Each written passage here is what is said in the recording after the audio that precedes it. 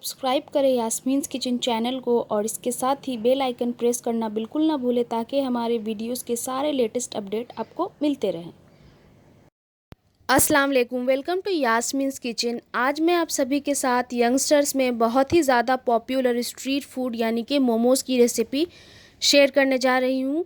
मोमोज़ जो है वो काफ़ी डिफरेंट तरह से बनाए जाते हैं और इसकी स्टफ़िंग भी काफ़ी डिफरेंट वैरायटीज़ के होते हैं, जैसे कि सोया चंक्स की स्टफ़िंग वाली मोमोज़ या फिर वेजीज़ वाली मोमोज़ या चिकन वाली मोमोज़। बट आज हम आप सभी के साथ बहुत ही सिंपल सी वेजीज़ वाली मोमोज़ की रेसिपी शेयर करने जा रहे हैं, जो कि काफ़ी इंटरेस्टिंग भी होने वाली है क्योंकि हमने आज इसके साथ जो चटनी सर्व की है वो बिल्कुल ही स्ट्रीट स्टाइल, जो फूड वेंडर्स होते हैं, जो फूड वाले होते हैं स्ट्रीट के, उनके जैसी चटनी हमने बनाई है। और इसके साथ ही साथ मैं इसकी डिफरेंट शेप्स भी आपको बताने वाली हूँ, ये कितनी अलग अलग डिफरेंट शेप्स के बनते हैं।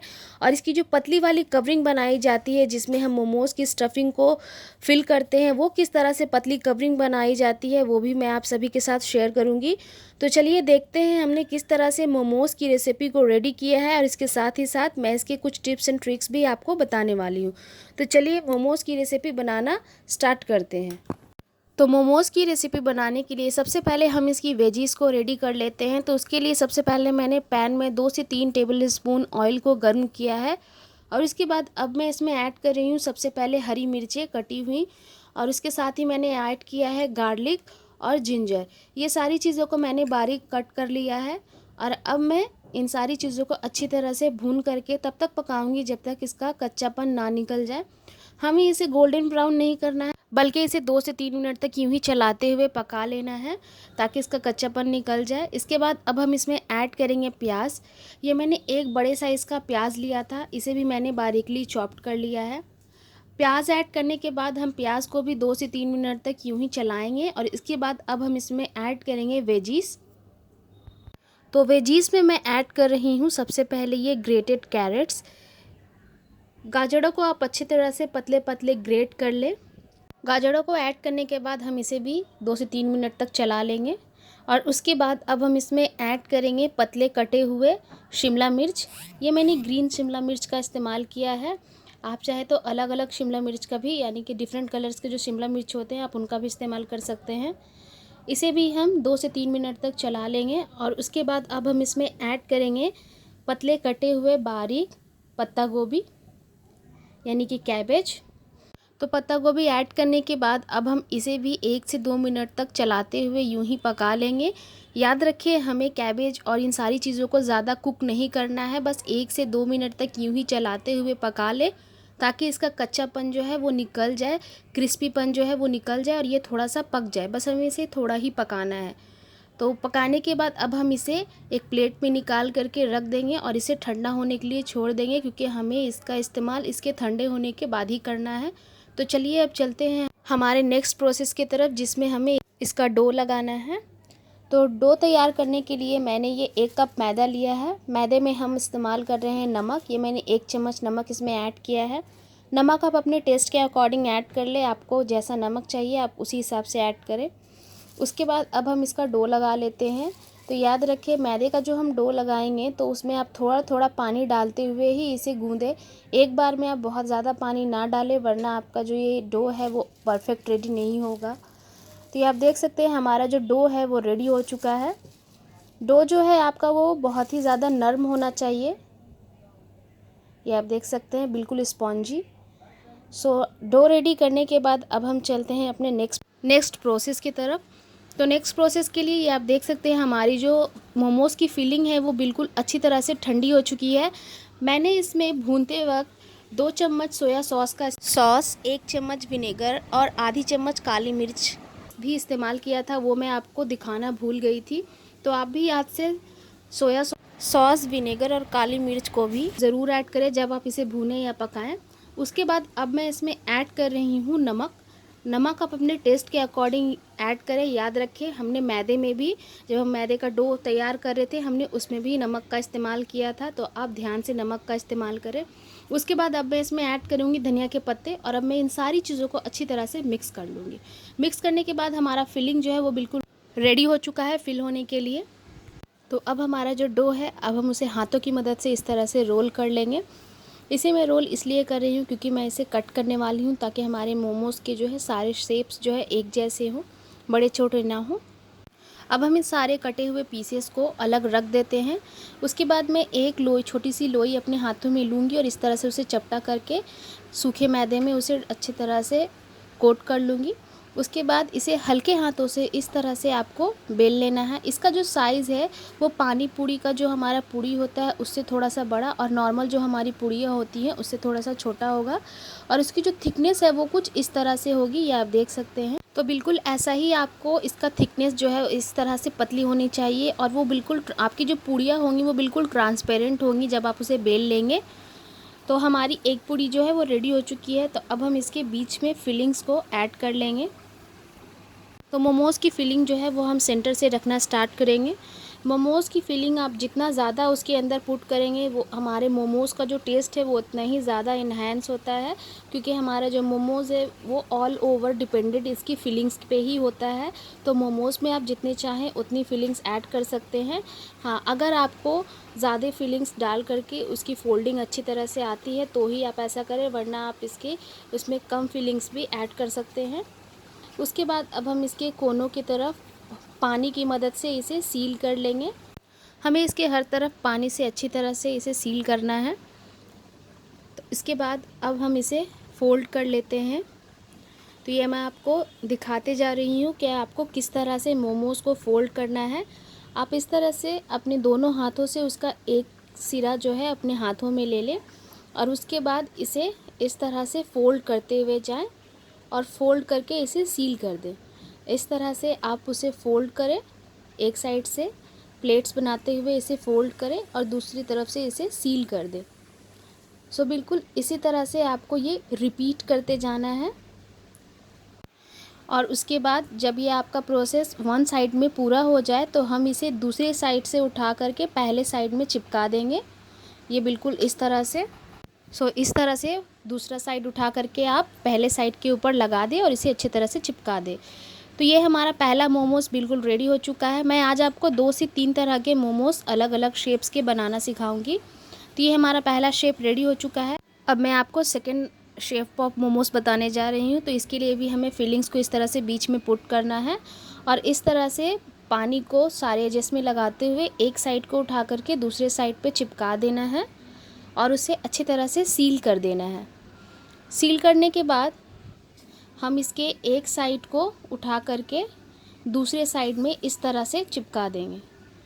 तो ये आप देख सकते हैं हमारा सेकंड शेप ऑफ मोमोज़ भी रेडी हो चुका है। तो आप इस तरह का भी शेप दे सकते हैं मोमोज़ को। मोमोज़ काफ़ी डिफरेंट शेप्स के होते हैं, तो आप जैसा चाहे वैसा शेप दे करके मोमोज़ को बना सकते हैं। और अगर आपको इस तरह का शेप पसंद है तो आप इस तरह से भी उसे शेप दे सकते हैं। अब हम अपने थर्ड शेप ऑफ मोमोज़ दिखा देते हैं आपको। तो उसके लिए हमें इसके सेंटर में फिलिंग्स को पुट किया, इसके एजेस पे पानी लगाया और इस तरह से हम इसके फोल्डिंग्स करते जाएंगे। जैसे मैंने आपको फर्स्ट में दिखाया था बिल्कुल उसी तरह से हम इसे एक हाथ से हम इसकी प्लेट्स करेंगे और दूसरे हाथ से इसके फोल्डिंग्स करते जाएंगे और फिर इसे इस तरह से चिपका देंगे। हमें इसके प्लेट्स के ऊपर प्लेट्स को चिपकाते जाना है और इसे पोटली की तरह बना लेना है। हम इस मोमोज़ को राउंड शेप दे रहे हैं जो कि नॉर्मली बाज़ारों में मिलता है। इसके बाद हम इसके सारे एजेस को सील करने के बाद ये जो इसका बीच का पार्ट है इस तरह से उसे राउंड करेंगे, ट्विस्ट करेंगे और ट्विस्ट करने के बाद उसे भी चिपका देंगे। तो ये देख सकते हैं हमारा थर्ड शेप ऑफ मोमोज़ भी रेडी हो चुका है। तो अब हम चलते हैं इसके स्टीमिंग की तरफ। तो मोमोज़ को स्टीम करने के लिए हमें इस तरह से छन्नी वाला बर्तन लिया है। इसमें मैं सब तरफ ऑयल या फिर बटर, आप किसी भी चीज़ का अप्लाई कर सकते हैं ताकि स्टीमिंग के वक्त हमारे जो मोमोज़ है वो इसमें चिपके ना। इसके बाद हम इसमें 1 बाय 1 सारे मोमोज़ रख देते हैं। मोमोज़ रखने के बाद अब हम चलते हैं इसकी स्टीमिंग की तरफ। तो इस स्टीमिंग के लिए मैंने इस बड़े से कढ़ाई में पहले पानी को उबलने के लिए रख दिया था। पानी जब आपका बहुत ही अच्छी तरह से उबल जाए तो हम इस छन्नी में जिसमें हमने मोमोज़ को रखा है वो इसके ऊपर रख देंगे और उसके बाद इसे हम किसी भी बर्तन या ढकने की मदद से ढक देंगे स्टीम होने के लिए। मोमोज़ को स्टीम होने के लिए लगभग 10 से 12 मिनट लगते हैं। तो तब तक हम इसकी चटनी रेडी कर लेते हैं, बिल्कुल स्ट्रीट स्टाइल। तो चटनी रेडी करने के लिए सबसे पहले मैंने कढ़ाई में पानी को गर्म कर लिया है और उसके बाद टोमेटोज़ को इस तरह से बीच से कट करके इसे बॉयल होने के लिए ढक करके छोड़ देंगे। 5 से 7 मिनट के बाद जब हम इसे खोल करके चेक करते हैं तो ये आप देख सकते हैं टमाटर जो है वो हमारे बहुत ही अच्छी तरह से गल चुके हैं, यानी कि अच्छी तरह से ये पक चुके हैं। तो अब हम इसकी चटनी रेडी कर लेते हैं। तो इसकी चटनी रेडी करने के लिए हमने पैन या कढ़ाई में ऑयल लेना है। मैंने 2 से 3 चम्मच ऑयल लिया है। ऑयल जब हमारा बहुत ही अच्छी तरह से गर्म हो जाए तो अब हम इसमें ऐड करेंगे लहसुन कटे हुए। मैंने 10 से 12 छोटे छोटे लहसुन की कलियां को अच्छी तरह से कट कर लिया है। लहसुन हम इसमें ज़्यादा क्वांटिटी में इस्तेमाल करेंगे। लहसुन को इसी तरह से हम कुछ देर तक चलाते हुए सौटे कर लेंगे और उसके बाद अब हम इसमें ऐड करेंगे जिंजर यानी कि अदरक के कटे हुए टुकड़े। अदरक को डालने के बाद इसे भी हम 2 से 3 मिनट तक यूं ही चलाते हुए सौटे कर लेंगे। हमें इसे गोल्डन ब्राउन नहीं करना है, बस इसे यूं ही चलाते हुए सौटे करना है ताकि इसका कच्चापन जो है वो बाहर निकल जाए। इसके बाद अब हम इसमें ऐड करेंगे टमाटर। हमने जिन टमाटरों को गलाया था उसे मैंने मिक्सर ग्राइंडर में अच्छी तरह से ग्राइंड कर लिया, यानी कि पीस लिया है। इसे बिल्कुल बारीक और पतला पीसना है। उसके बाद अब हम इसमें ऐड करेंगे 1 बड़ा चम्मच काश्मीरी लाल मिर्च। काश्मीरी लाल मिर्च 1 से 2 बड़े चम्मच आप इस्तेमाल करें, क्योंकि काश्मीरी लाल मिर्च से हमारे चटनी का कलर जो है वो काफ़ी अच्छा आता है। इसके बाद इसे हम चलाते हुए कुछ देर तक यूं ही भूनेंगे और उसके बाद इसे पका लेंगे। 2 से 3 मिनट तक यूं ही चलाते हुए आपको इसे पका लेना है। जब आपकी चटनी अच्छी तरह से पक जाए तो अब हम इसमें ऐड करेंगे सोया सॉस। मैंने 2 चम्मच सोया सॉस का इस्तेमाल किया है। सोया सॉस ऐड करने के बाद अब हम इसमें ऐड करेंगे विनेगर।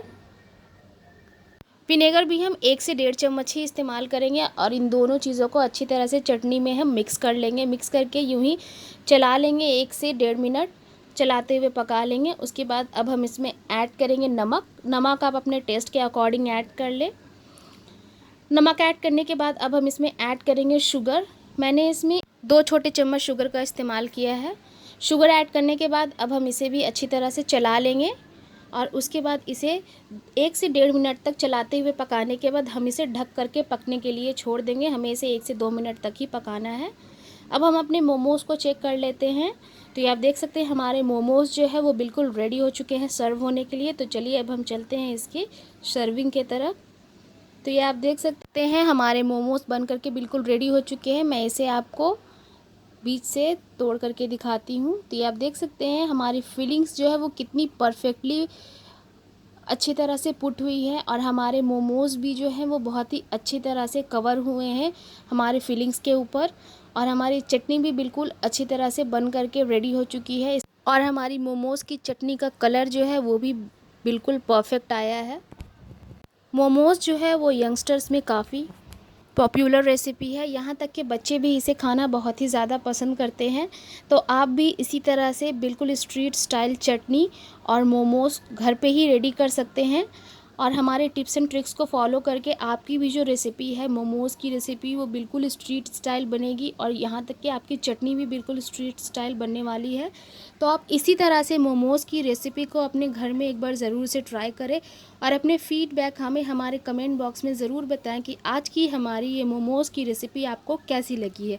अगर आज की ये रेसिपी आपको पसंद आई है तो हमारे चैनल यास्मीन्स किचन को सब्सक्राइब करना बिल्कुल ना भूलें और साथ ही साथ बेल आइकन को भी ज़रूर प्रेस करें ताकि हमारे वीडियोस के सारे लेटेस्ट नोटिफिकेशन आपको मिलते रहें और हमारे वीडियोस को लाइक शेयर करना भी बिल्कुल ना भूलें। तो तब तक के लिए हम चलते हैं, मिलते हैं आपसे एक नई वीडियो में एक नई टेस्टी और इजी सी रेसिपी के साथ। तो तब तक के लिए हम चलते हैं। अल्लाह हाफिज़।